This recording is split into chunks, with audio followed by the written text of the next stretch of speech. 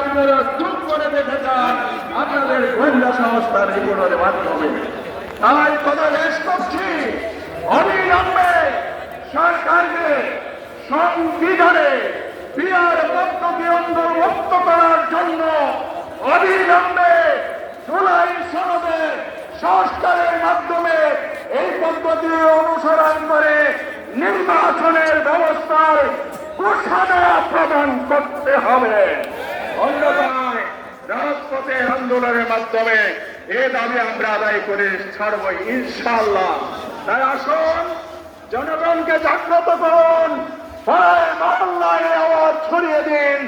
এই বার্তায় আমরা ফিরে যাব ইনশাআল্লাহ। আগামী নির্বাচন হবে পিয়ার পদ্ধতি এবং কেন্দ্র বন্ধ হবে